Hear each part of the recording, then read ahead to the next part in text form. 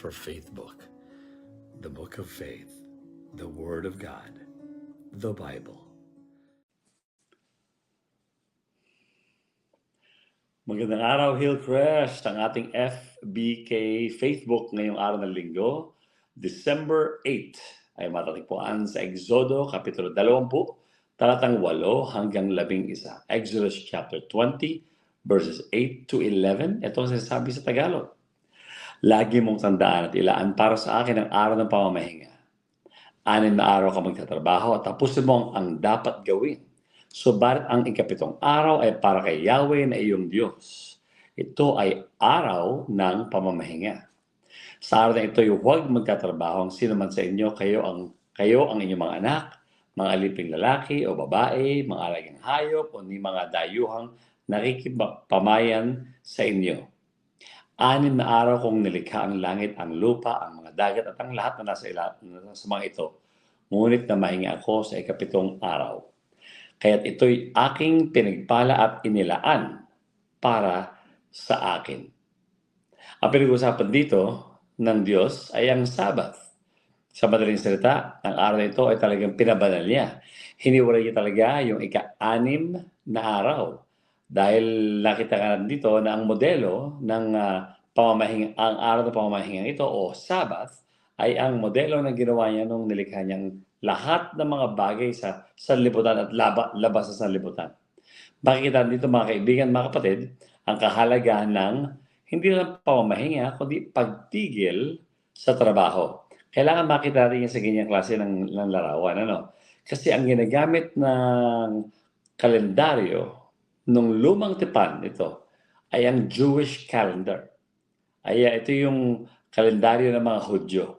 Kaya nga sila, iba-iba yung pangalan nila sa buwan nila, iba yung pangalan ng kanilang araw, binibilang nila yung araw sa per araw, at mga pangalan ng buwan sa ibang pangalan. Ang ginagamit ng kalendaryo ngayon ay mga kalendaryo ng Gregorian calendar. Sa madaling salita, hindi pa pares ito magkakatulad doon sa kalendaryo na sinasabi tinutukoy ng Panginoong Diyos. Pero may prinsipyo nakatago dito. Kaya nga bang ating FBK yung araw, babasahin ko sa inyo, ay ang 7th day Sunday with FBK. Bakit nga ba 7th day? Ang 7th day is Sabado kung iisipin natin sa atin. Pero ito ang ating explanation, ating FBK yung araw.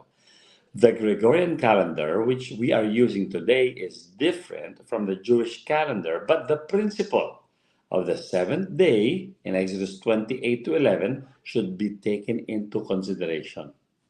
Not only for worship, but also for seizure of work to prepare for another 6 days. Kaya nga tinawag ng Diyos yan na araw ng pamamahinga. Ang Sabbath ay iniisip natin Sabado kasi katulad ng Sabbath, Sabado. Pero sa Tagalog talaga, ang Sabbath ay araw ng pamamahinga. At kung mapapansin natin, capitalized yung araw ng pamamahinga. Sa madaling salita, ang kailangan tutukan dito, kung paano ito i-apply sa buhay natin, ay hindi talaga yung isang araw na ito, anong araw iyan. Kailangan lang isipin natin sa mga sarili natin na kung ang Diyos ay tumigil sa aking trabaho, hindi dahil napagod siya sa ginawa niya nilikha, nakakapagod naman yun kung isipin ninyo, no?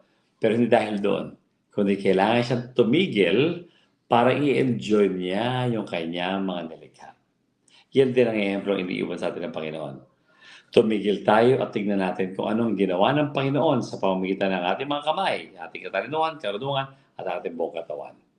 Magkaroon tayo ng araw ng pamamahinga. Sa ating Hillcrest ay church 7 days a week. Pero alam naman natin, ng emphasis dito, yung binibigyan ng tukoy, ay hindi talaga yung simbahan natin, kundi yung iyo at aking katawan. Templo ng Diyos, araw-araw sumasamba sa Diyos. Kaya nga itong templong ito, kailangan din ng pagtigil at pagtingin sa ginawa ng Panginoon sa kagandahan ng kanyang kalooban na ginaganap niya sa inyo at sa akin. Puri ng Panginoon. Yan po ang ating FBK ngayong araw ng araw ng Sunday, Exodo, Kapitulo 20, talatang 8 hanggang 11. Hanggang sa muli, pagpalain kayo ng Panginoon, gabay tayo ng Panginoon, at sa buong linggong ito, araw-araw, tandaan natin, mag-FBK tayo everyday. Pagpalain kayo ng Panginoon. So ulit po ulit.